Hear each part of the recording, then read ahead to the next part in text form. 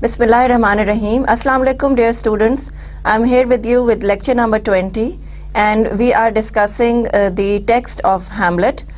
We have been thinking about how Hamlet is able to feign an antic disposition, and he is one of the persons who wants to get to the root of the incidents which have been happening. And the state of Denmark is in a chaos because the king Hamlet, who was a very noble ruler, has been killed. So Hamlet wants to get to the root of all these things, and what he does for this purpose is to feign madness. And here Lord Polonius is with him. We were continuing with these lines, and he is of the view that Hamlet is is mad, has gone crazy because of his love for Ophelia, because Ophelia has not returned his love. So this is what Polonius thinks, but actually that is not the case. Hamlet is taking refuge in thinking, making people think that he is in love. This madness is due to love. In fact, this madness is due to revenge, and this madness is going to be is going to lead him to the actuality of things. So he says he's talking to over here. He has told Hamlet, told Polonius that, are you a fishmonger?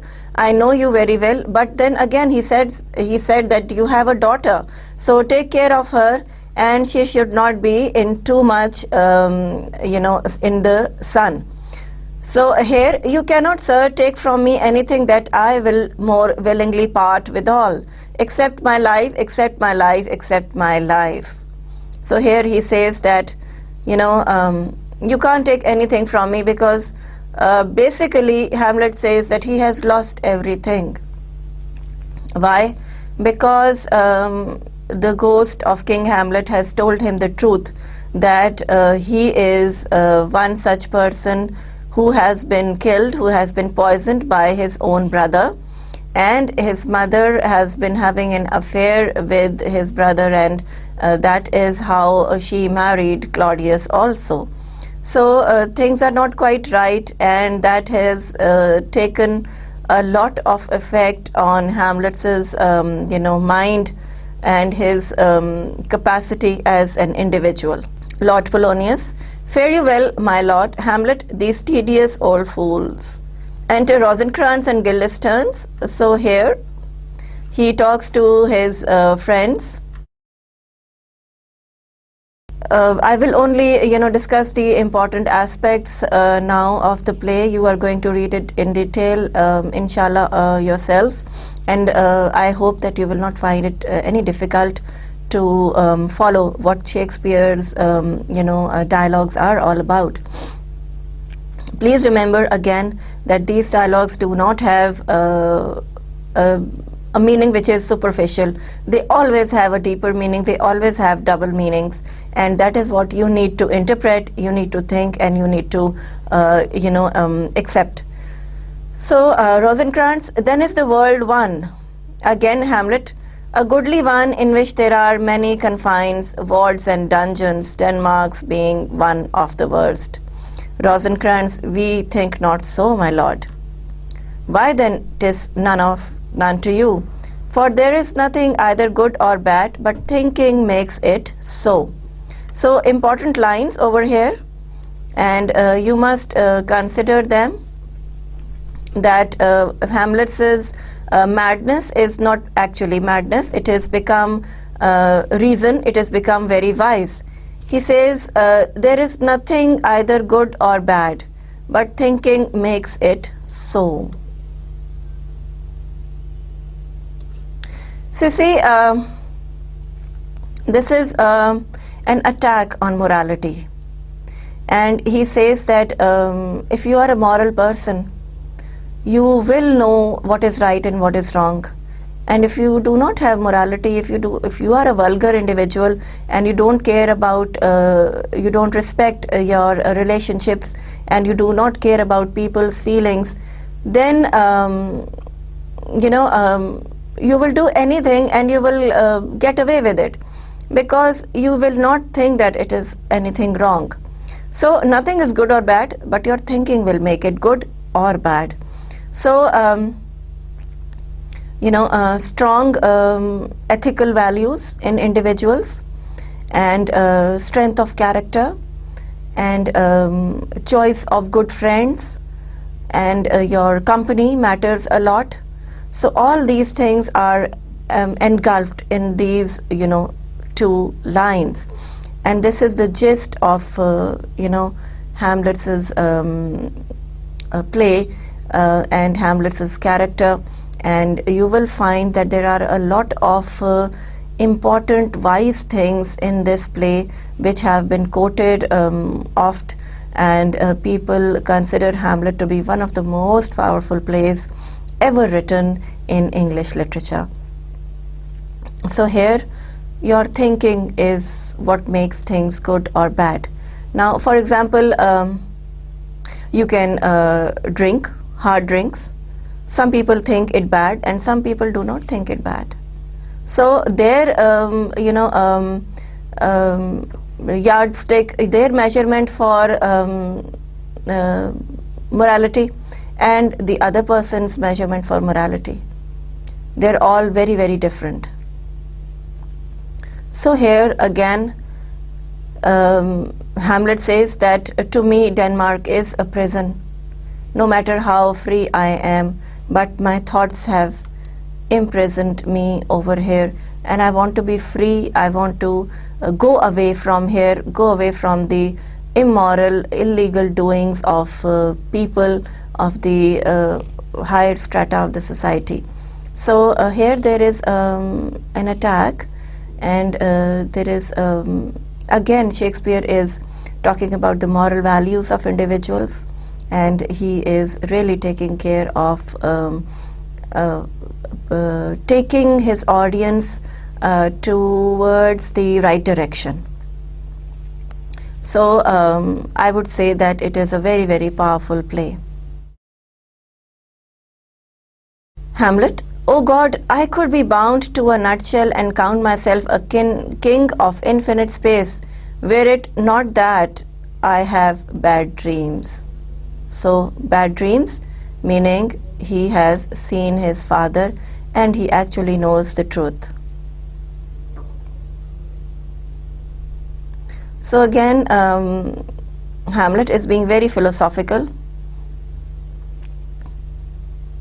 He says, beggar that I am, beggar that I am, he is a prince, and how he talks about himself as a beggar. So again over here he says that I am not a rich person, because the two people he valued in life, in fact the three people he valued in life, his father, his mother and Ophelia, are not with him. They are not there with him. So he has been jilted by Ophelia also in a way, because she has taken the advice of her brother and her father and is staying away from Hamlet. Says, I am even poor in thanks.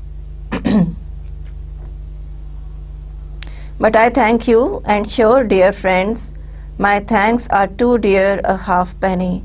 Were you not sent for? Is it your own inclining? Is it a free visitation? Come, deal justly with me. Come, nay, speak. So here again, Hamlet is very much sane. He says that, have you been sent for? Here we see that Hamlet is very sane, and he says that, have you been sent for? Or have you come yourselves? So these people, Rosencrantz and Guildenstern, are his friends, and of course they have been sent in by King Claudius, so to keep an eye on Hamlet. So Guildenstern, what should we say, my lord? By anything but to the purpose. You were sent for, and there is a kind of confession in your looks, which your modesties have not craft enough to colour. I know the good king and queen have sent for you. So here Hamlet is very much sane, very much in his senses. He says that, you know, I can look into your eyes and tell that you have been sent for, and the king and queen have asked for you to come. So he is getting to the root of things. To what end, my lord? He says, why have they sent for us? Hamlet, that you must teach me, but let me conjure you by the right of our fellowship, by the consonancy of our youth, by the obligation of our ever preserved love, and by what more dear, better prosper could charge you withal, but even indirect with me, whether you were sent for or no. So, direct with me. So here are the wordings. Rosencrantz, aside to Guildenstern, what say you? He says that, shall we tell him that yes, we were sent for? Aside, nay then, I have an eye of you. If you love me, hold not off. Guildenstern, my lord, we were sent for.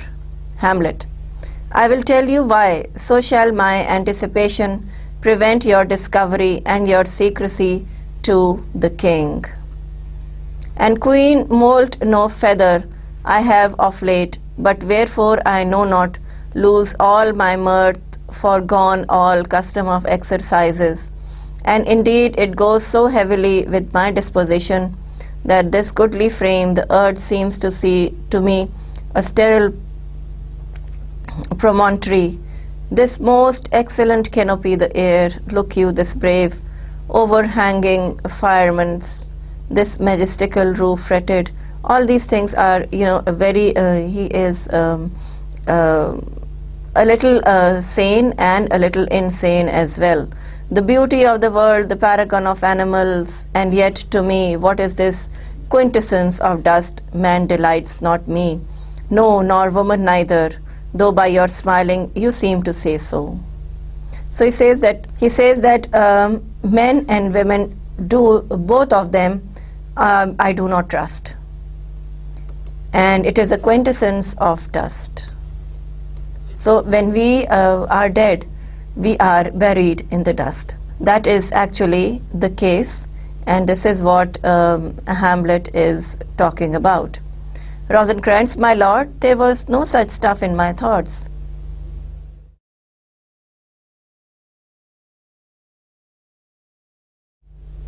Hamlet, he that plays the king shall be welcome, his majesty shall have tribute of me, the advantage is king.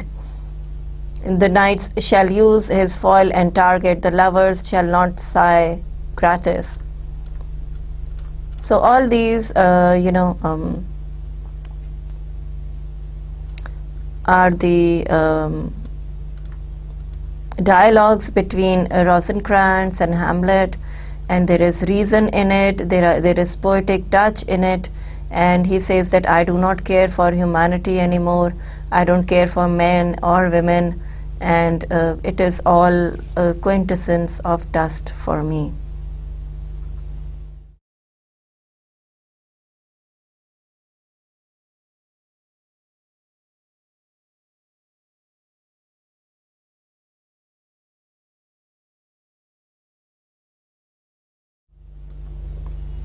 Then comes in Lord Polonius. He says, the best actors in the world, either for tragedy, comedy, history, pastoral, comical, historical, pastoral, tragical, historical, tragical, comical, historical, pastoral, scene, indivisible, or poem unlimited.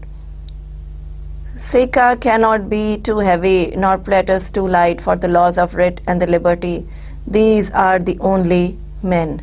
Here Polonius is again describing the tragedies and comedies which happen to individuals, and he takes help from the Greek mythology over here, and this is what he tells us all about. Hamlet, O Jephthah, judge of Israel, what a treasure hast thou. So again, comparison with King Lear, that Hamlet is, swearing, people are swearing to Juno and to Plato and different Greek gods and in the Greek mythology.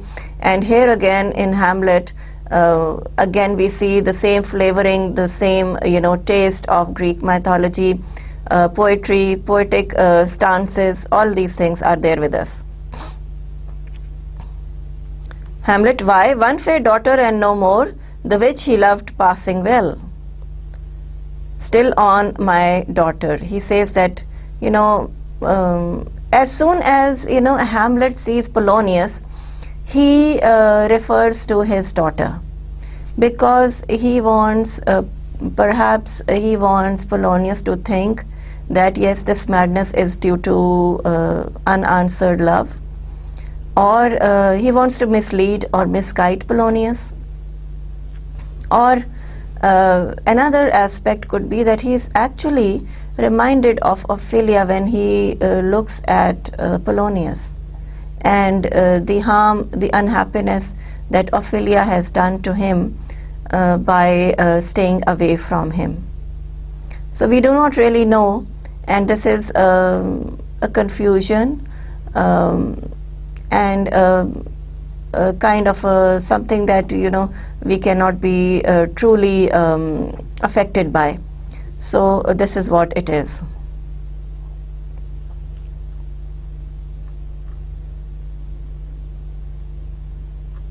So then there are the players who are there.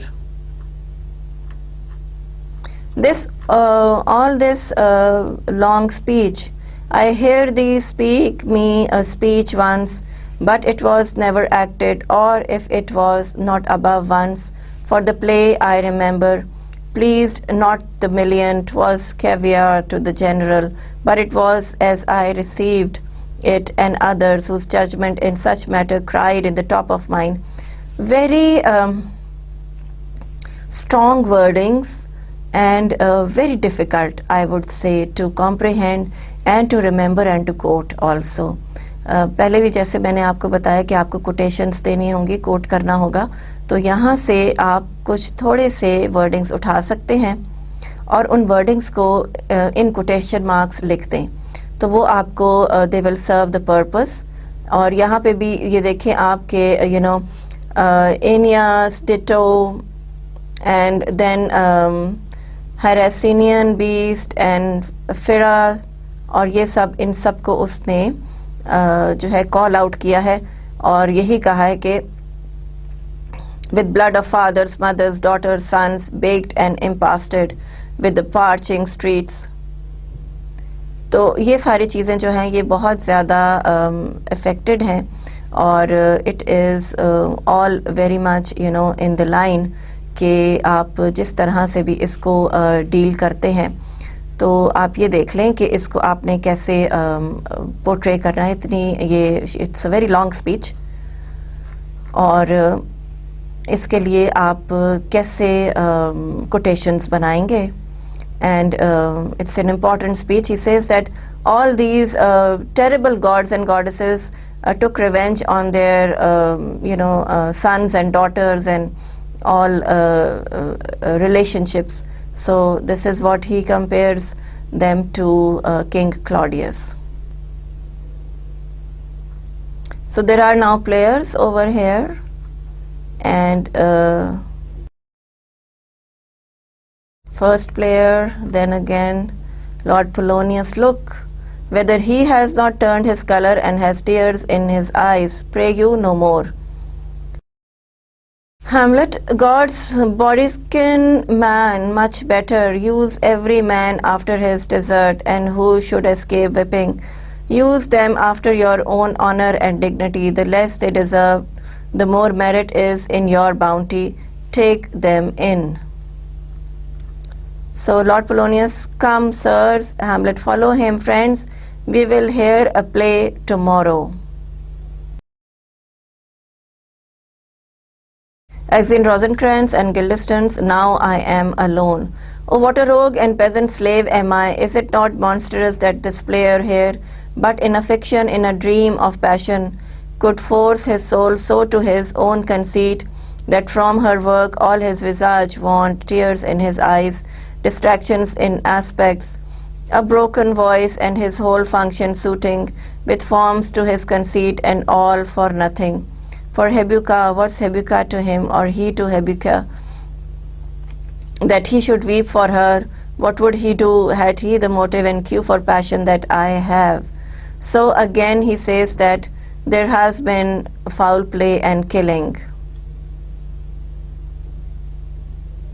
Make mad the guilty and appall the free. Confound the ignorant and amaze indeed the very faculties of eyes and ears. Yet I, a dull and metal rascal, peak like John a dream, unpregnant of my cause. So here again, a very long speech of Hamlet. Why, what an ass am I, this is most brave, that I, the son of a dear father murdered, prompted to my revenge by heaven and hell, must like a whore unpack my heart with words and fall a cursing like a very drab. A scullion. He is here he is of course cursing himself. He is saying that I am using too much words and I am not putting any action into my words. So he is unhappy with himself also. He is dissatisfied with his own character, and he says that why can't I act, why can't I just go and kill Claudius and tell everybody that he is the murderer of my father. So again the weakness in Hamlet's character here is very vividly, very clearly shown, and this is what he is talking about. He says, I know my course, the spirit that I have seen may be the devil, and the devil hath power to assume a pleasing shape, yea, and perhaps out of my weakness and my melancholy, as he is very potent with such spirits, abuses me to damn me. I'll have grounds more relative than this. The play is the thing wherein I'll catch the conscience of the king. So all these lines are very, very important. He says that I will have a play within the play, and that is also another one of Shakespeare's uniqueness, that he has two plays in one play. Very interesting and very unique and exciting it is. And he says that, here these wordings, my weakness and melancholy. So he is melancholic, and he says that it is his weakness. So how the character of Hamlet is affecting us, and how can you have the comparison of Hamlet with King Lear, and how all these things are happening one way or the other.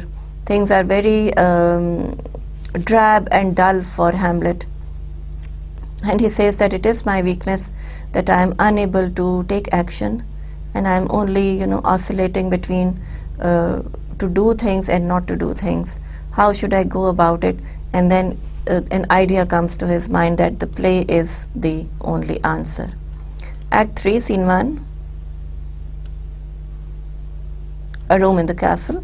Enter King Claudius, Queen Gertrude, Polonius, Ophelia, Rosencrantz. King Claudius.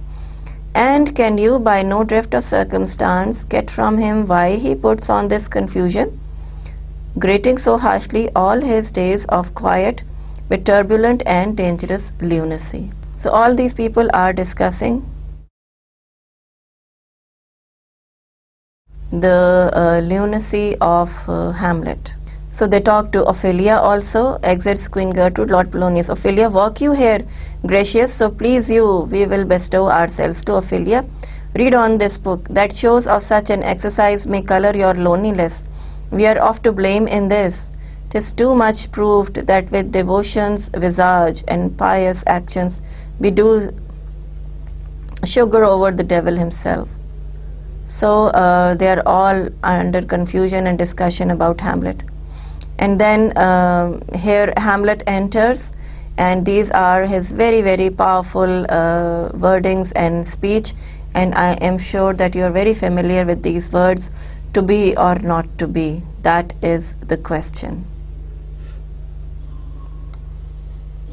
So again, Hamlet himself is confused to attend to the facts and to go bold-faced in front of Claudius and tell him that he knows the truth. And then he's also thinking that whether the ghost that he saw was truthful or not. So there are so many doubts, so many confusions in his mind that he is unable to stay sane actually. And it's a big surprise that,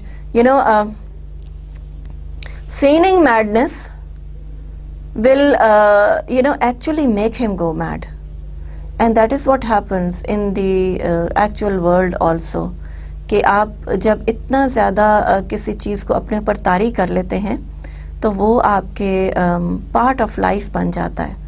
तो यहाँ भी यही हुआ है कि Hamlet is confused and he is indecisive, and that is the flaw in him. He says my weakness and my melancholy.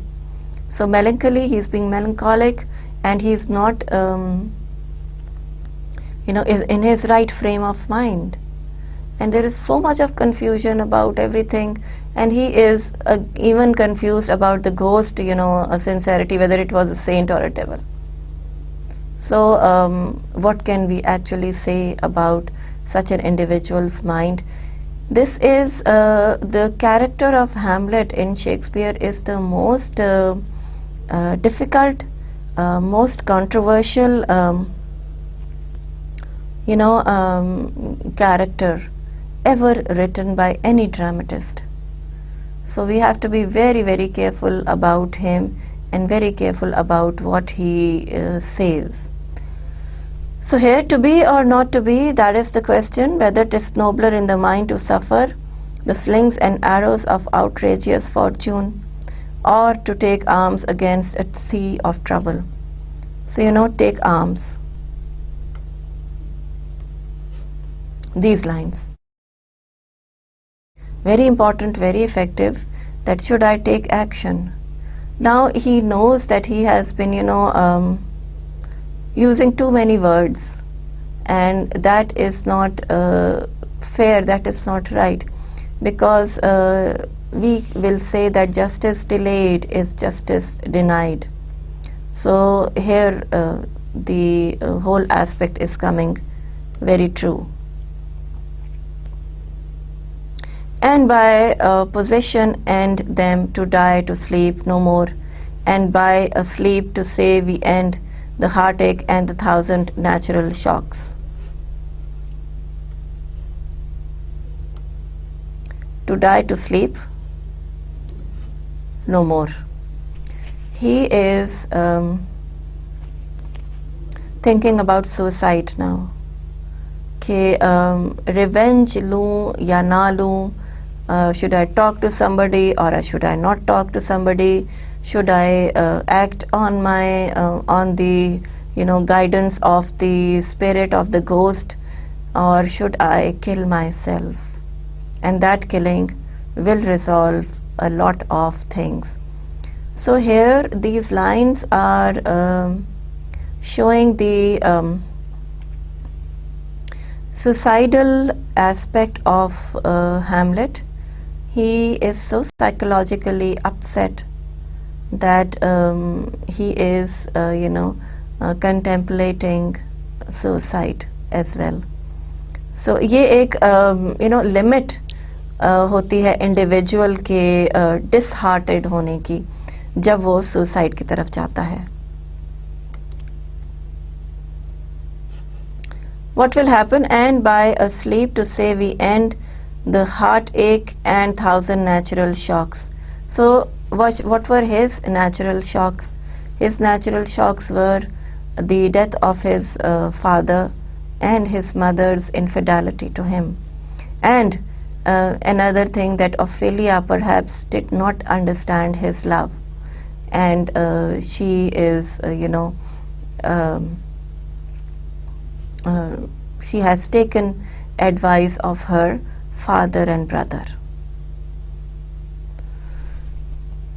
So he will end his heartache and a natural thousand shocks of this world, and he will die, he can kill himself, and that can be an end to whatever he is doing.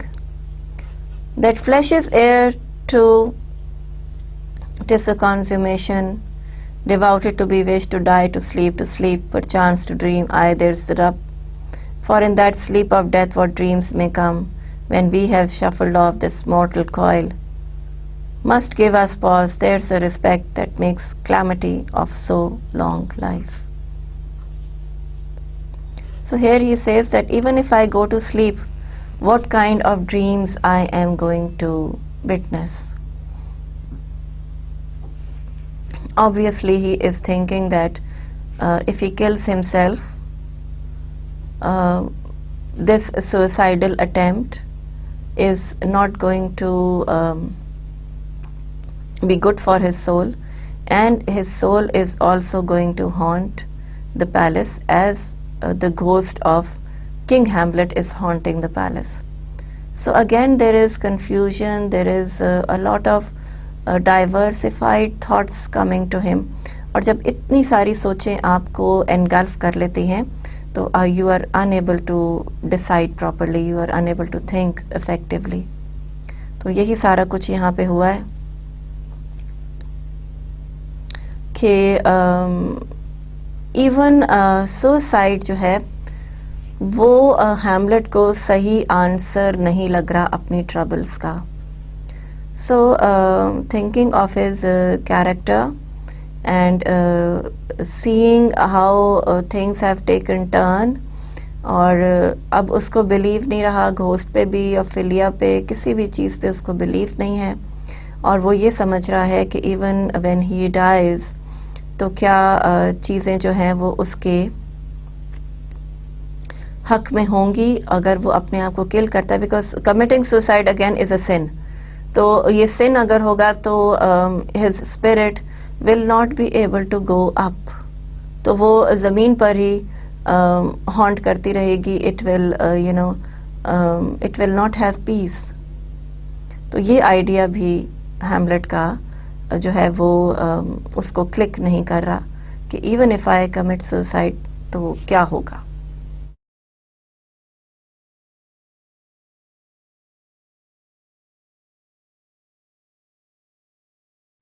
For who would bear the whips and scorns of time, the oppressor's wrong, the proud man's contumely, the pangs of despised love, the law's delay. So here these lines again are an attack upon on the society, and he says that the people who are oppressed, they are wrong, and proud people who are the pangs of despised love. So love is not there, the law is delayed, so justice is delayed in this world. And again all these frivolities come into his mind, and this is actually Shakespeare speaking out for his society, for his community, that there are so many wrong things going on in the social setup and how they are going to have an effect on us. The insolence of office and the spurns that patient merit of the unworthy takes, when he himself might his quietus make with a bare bodkin, who would fardel spare, to grunt and sweat under a weary life, but that the dread of something after death, the undiscovered country from whose bourne no traveler returns. Very beautiful lines.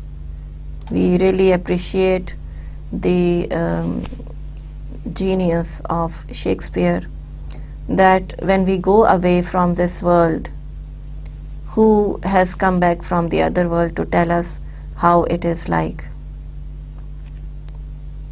puzzles the will and makes us rather bear those ills we have than fly to others that we know not of. So we don't know what will happen to us in the hereafter. Thus conscience does make cowards of us all. ये lines बहुत important हैं, इनको ज़रूर coat कीजिएगा, इनको जहन में ज़रूर रखिएगा. Conscience makes cowards of us all. Conscience, morality, good deeds, good works. He says that they make us cowards because, we are afraid of the hereafter. And rightly so, we should be afraid of the hereafter. But in these lines, what he is actually trying to say is that why I am unable to commit suicide or a murder or a wrongdoing for that matter. He knows that murdering Claudius will not be the answer, and his conscience will keep on pricking him. Hamlet here is a very righteous man, and he has his conscience, he has his morality, he has his decency intact. उसके पास integrity बहुत ज़्यादा है, और वो यही कहता है कि मेरा conscience मुझे मना कर रहा है कि मैं boldly अपनी life नहीं ले सकता. We feel कि अपनी जान लेना एक बहुत ही bold act होता है, कि खुद से अपने आप को मार लेना. Imagine if somebody thinks of killing himself, तो वो किस state of mind में होगा, वो किस सोच में होगा, उसकी क्या mental capacities होंगी. So here he says that I am a coward because I am unable to kill myself. According to him, killing himself at this moment is the bravest thing to do, because if he kills somebody else, if he murders someone else, that will be on him. So again, all these things are very, very uniquely said by Shakespeare, and Hamlet जो है वो Shakespeare का strongest character है. And thus the native hue of resolution is sicklied over with the pale cast of thought and enterprises of great pith and moment, with disregard their currents turn awry, and lose the name of action. Soft you now, the fair Ophelia, nymph in thy orisons, be all my sins remembered. So his thoughts of Ophelia are still there. He calls her a nymph, a beauty, an innocent creature, and he says that she must remember me. He knows that there is death lurking around, and he will not live to have a happy life with Ophelia. So again, this thing is very, very important, and it is very effectively said over here. Ophelia, good my lord, how does your honor for this many a day? Hamlet, I humbly thank you, well, well, well. So Ophelia comes in and he greets her. My lord, I have remembrances of yours that I have longed to redeliver. I pray you now receive them. She says that I am here with you and I want to talk to you. No, not I never gave you aught. Ophelia, my honored lord, you know right well you did, and with them words of so sweet breath composed as made the things more rich, their perfume lost. Take these again, for to the noble mind rich gifts wax poor when givers prove unkind. There, my lord.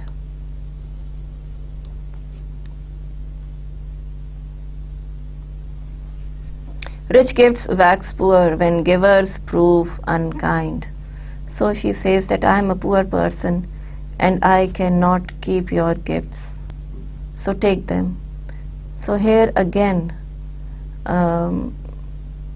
Hamlet is thinking that Ophelia is not fair with him, she is not sincere with him, and she wants to give away all the gifts. So this is again another of the setbacks that he has in his life. Hamlet: ha ha, are you honest?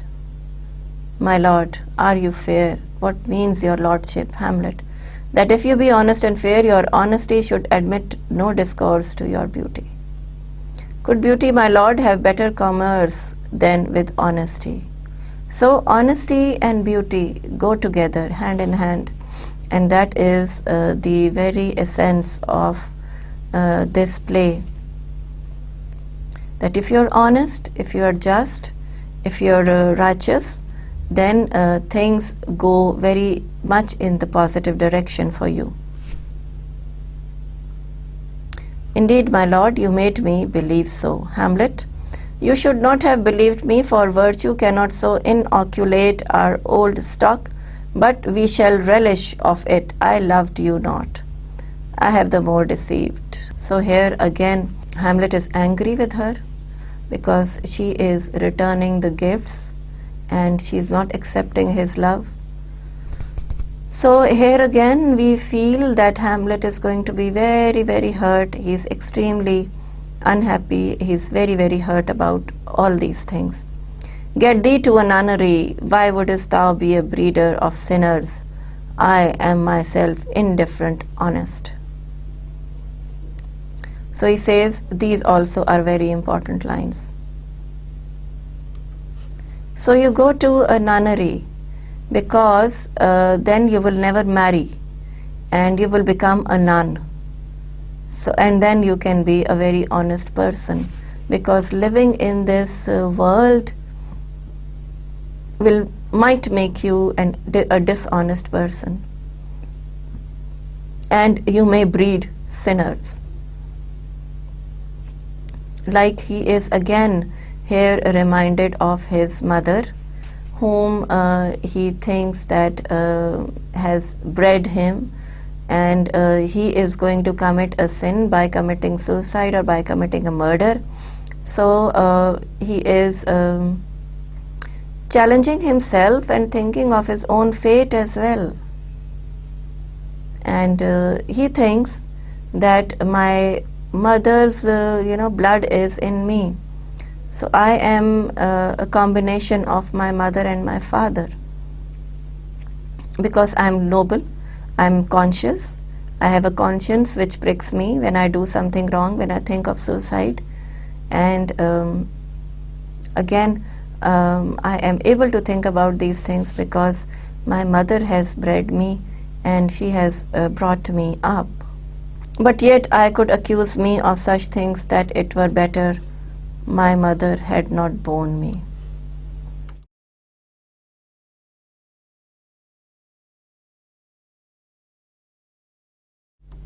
I am very proud, revengeful, ambitious, with more offences at my beck than I have thought to put them in. So here he is giving his own character sketch. I am very proud, revengeful, ambitious. Which he may be, but actually he is not proving to be so, because he is delaying the action.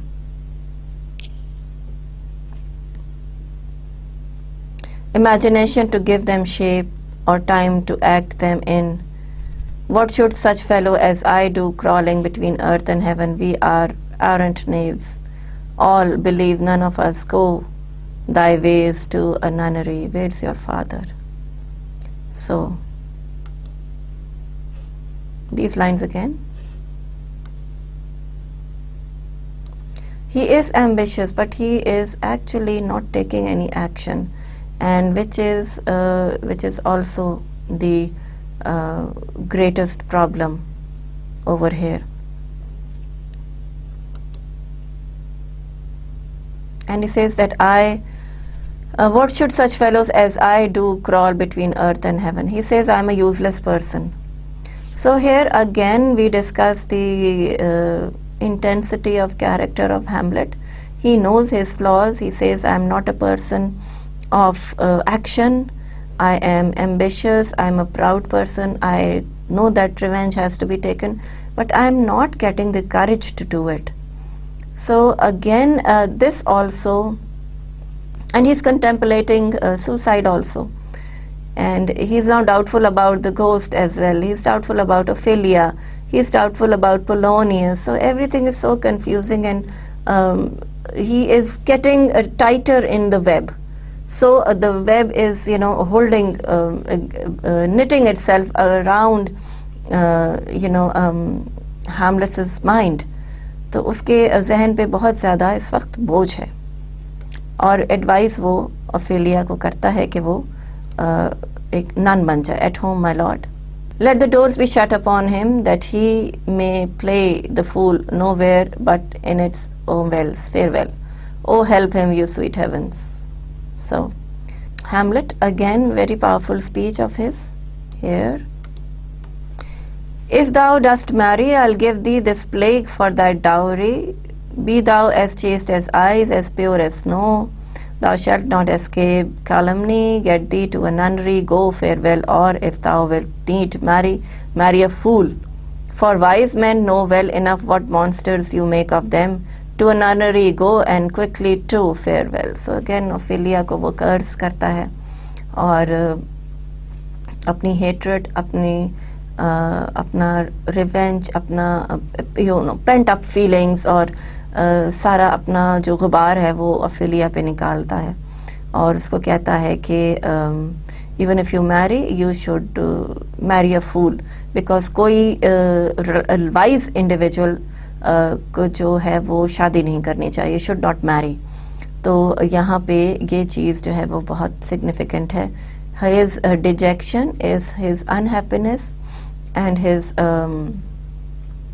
mistrust with women. Again we say, frailty, thy name is woman.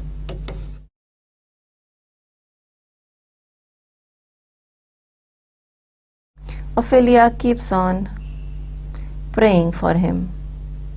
So her sincerity, her love, her care, and her sincerity for her brother and keeping the word of her father are also there with us. Hamlet again. These are also powerful lines. I have heard of your paintings too well enough. God has given you one face and you make yourself another. So he says that I will not be deceived now. I know what is behind your face. Again he compares Ophelia with his mother. You jig, you amble, and you lisp, and nicknamed God's creatures, and make your wantonness your ignorance. Go, go. I'll no more on it. It hath made me mad. I say we will have no more marriages. Those that are married already, all but one, shall live. The rest shall keep as they are. To a nunnery go. So he curses all married people, and of course he curses the latest marriage of his mother with King Claudius.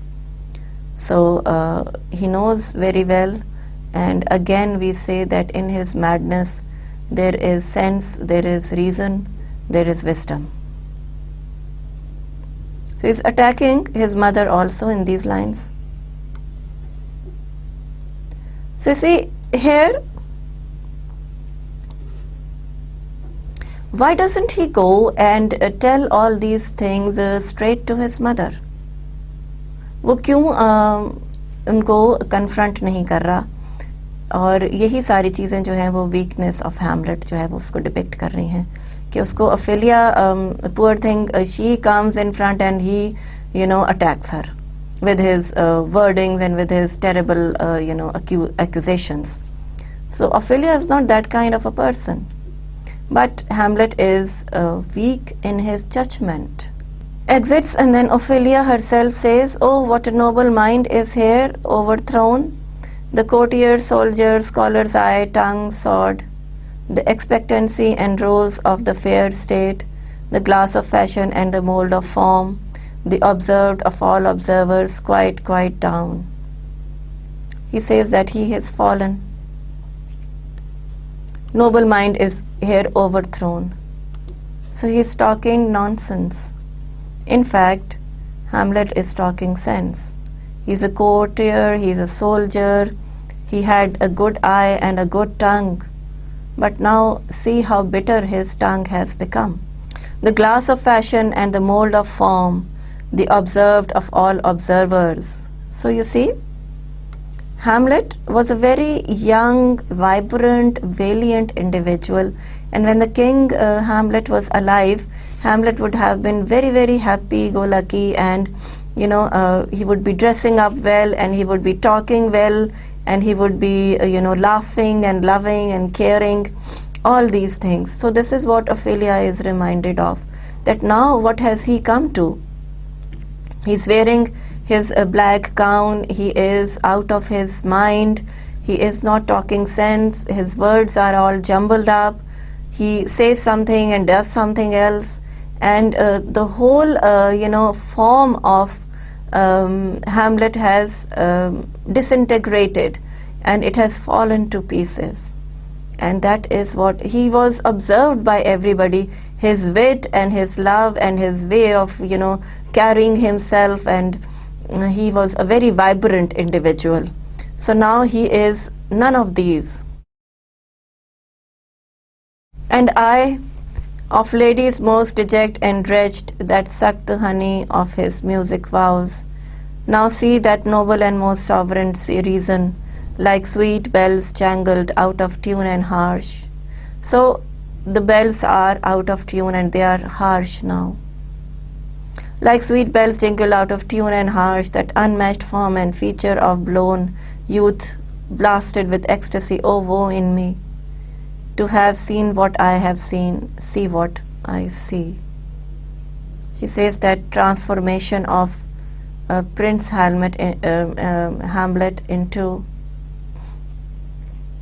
a dejected individual and a fallen Hamlet. So here she is also unhappy and is very much in the sun. King Claudius, love his affections, do not that way tend, nor what he spake, thou it lacked from a little, was not like madness. There's something in his soul. So Claudius is doubting his madness. He has reached a conclusion. We say that Claudius is intelligent. Then Lord Polonius talks to him. Enters Hamlet and the players. And there is, I warrant your honor, Hamlet, be not too tame neither, but let your own discretion be your tutor, suit the action to the word to the action, with this special overstep, not the modesty of nature. So he is giving instructions to his players over here.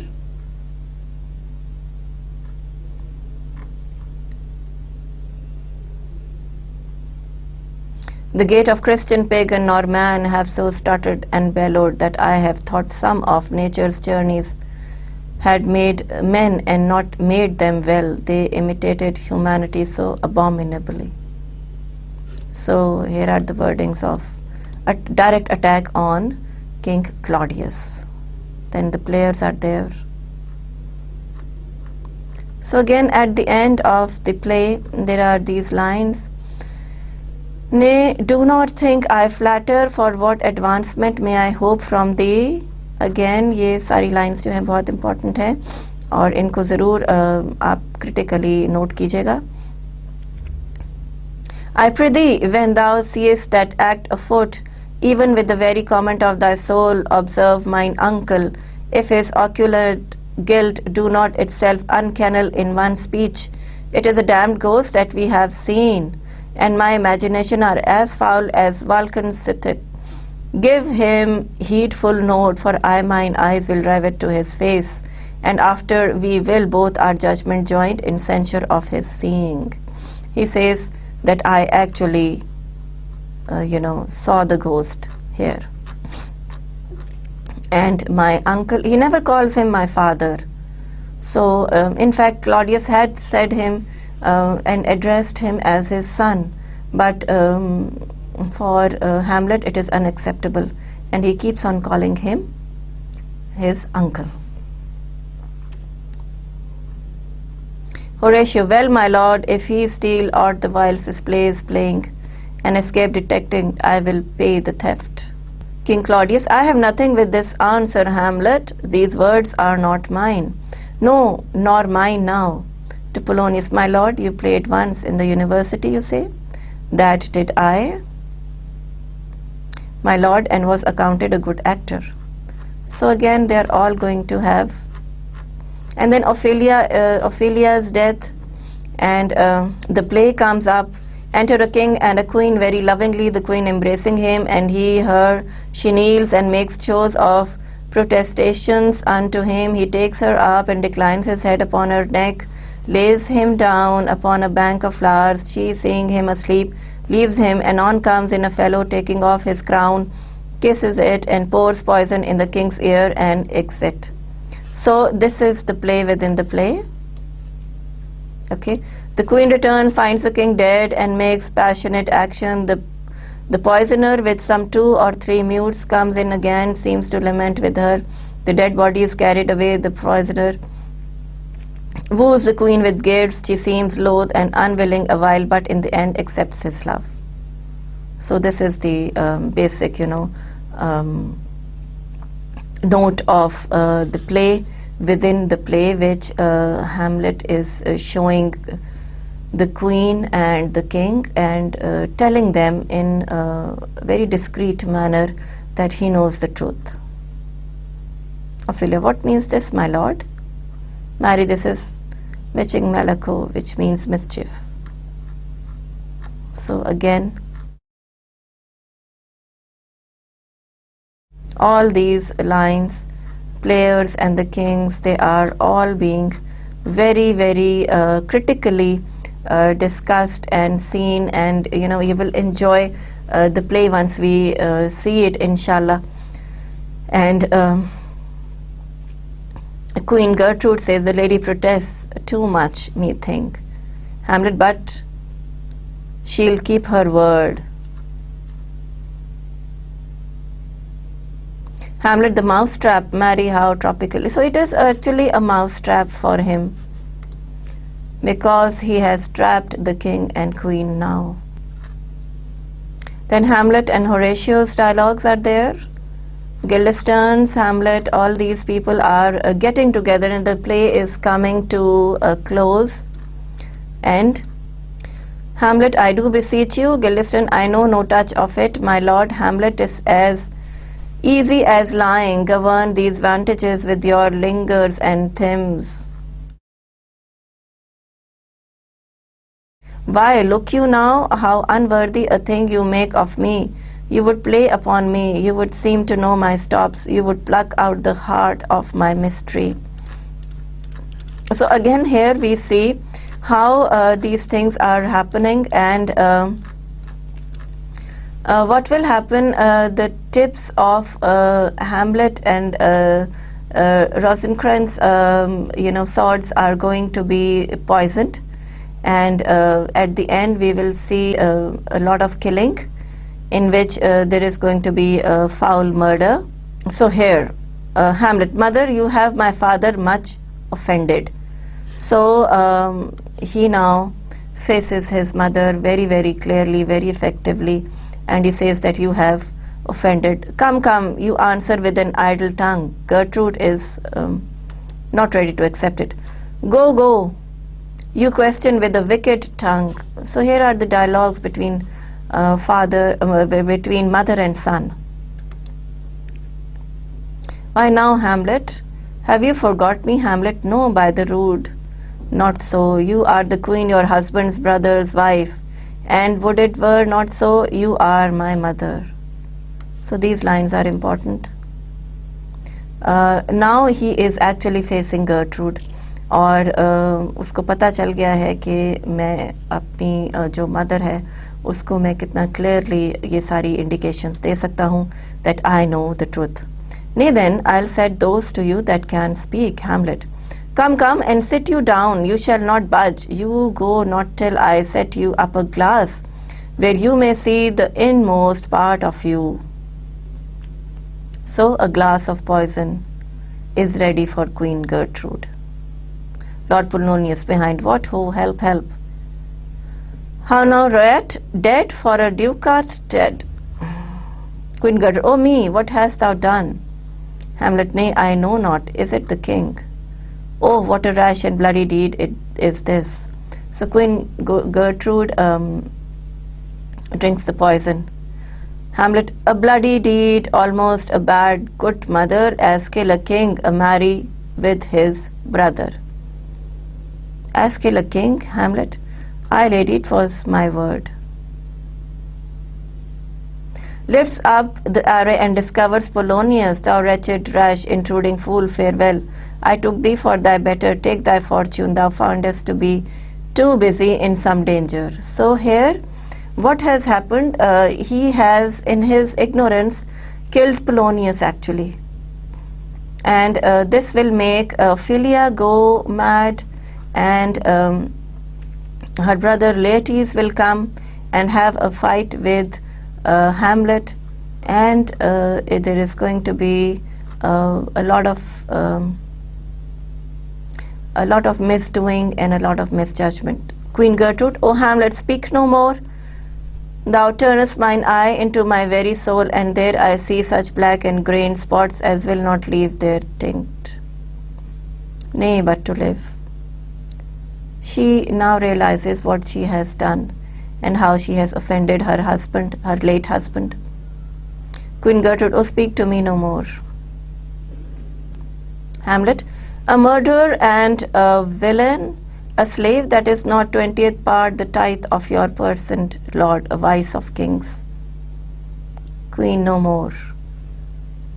Alas, Queen Gertrude says, alas, how is it with you that you do bend your eyes on vacancy and with the incorporeal air do hold discourse?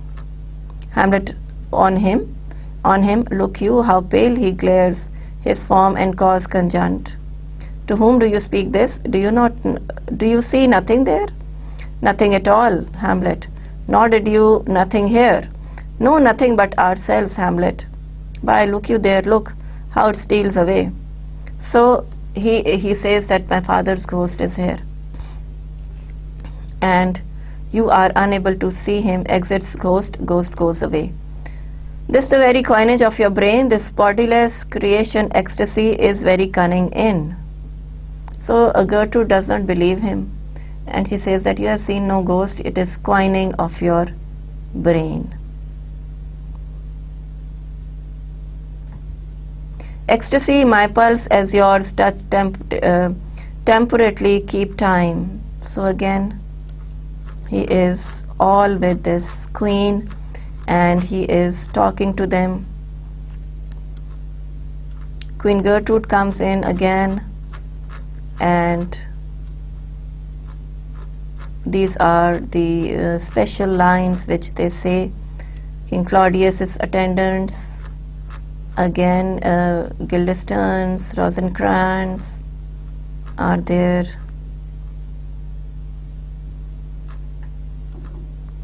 And this is how Hamlet, my mother, father and mother is man and wife. Man and wife is one flesh, and so my mother come for England.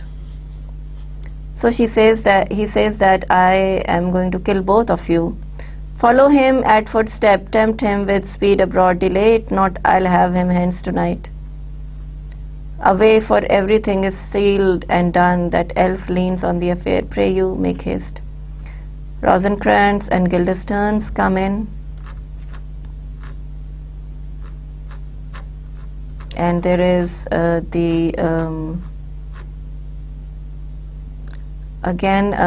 there is war outside and war within.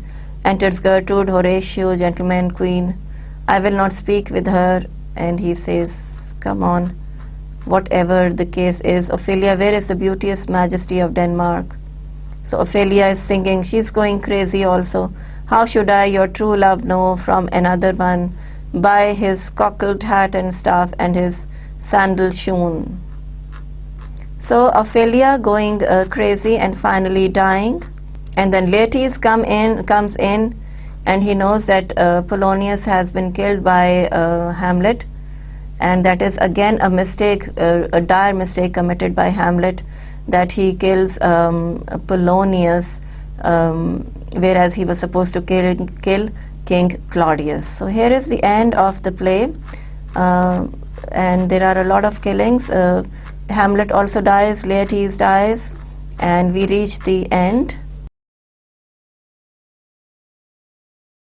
So they are all, gathered at the stage, and we talk about the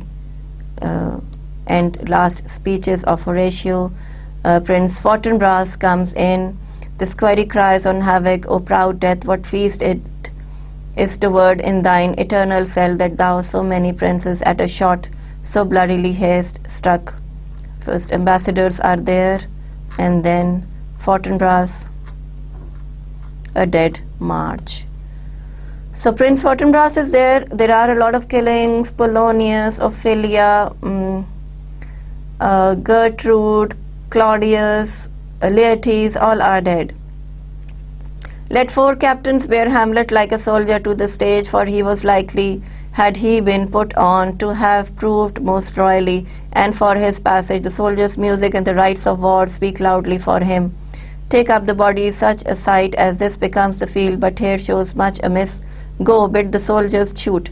He says that the body of Prince Hamlet should be taken care of and should be buried with all the formalities of a prince. So a dead march, exeunt bearing off the dead bodies, after which a peal of ordnance is shot off. So here we have the end of the play. I hope you have liked it, enjoyed it. Read it very, very thoroughly, very carefully. I talked about the critical studies that you should be having. They are helpful, but do not consider them all in all. थोड़ा सा Google पे search करें, अपना character sketches को देखें, quotations डालें, और बड़ा comparison के साथ King Lear, जहाँ जहाँ भी आपको comparison मिले, वहाँ वहाँ आप King Lear के साथ इसको compare करें, Macbeth के साथ compare कर सकते हैं, Romeo and Juliet के साथ compare कर सकते हैं. So these are all tragedies written by Shakespeare in their own uniqueness, in the beauty of their own wordings. Poetic है, romantic है, और बहुत कुछ इसमें musical है, और बहुत कुछ इसमें आपको मिलता है. तो इनको enjoy करें और literature को बड़े depth में पढ़ें, और इनकी wordings को हमेशा double triple meanings ज़रूर लें, and consider yourself as a student forever of literature. So here we end this lecture. Take care of yourself, and Allah Hafiz.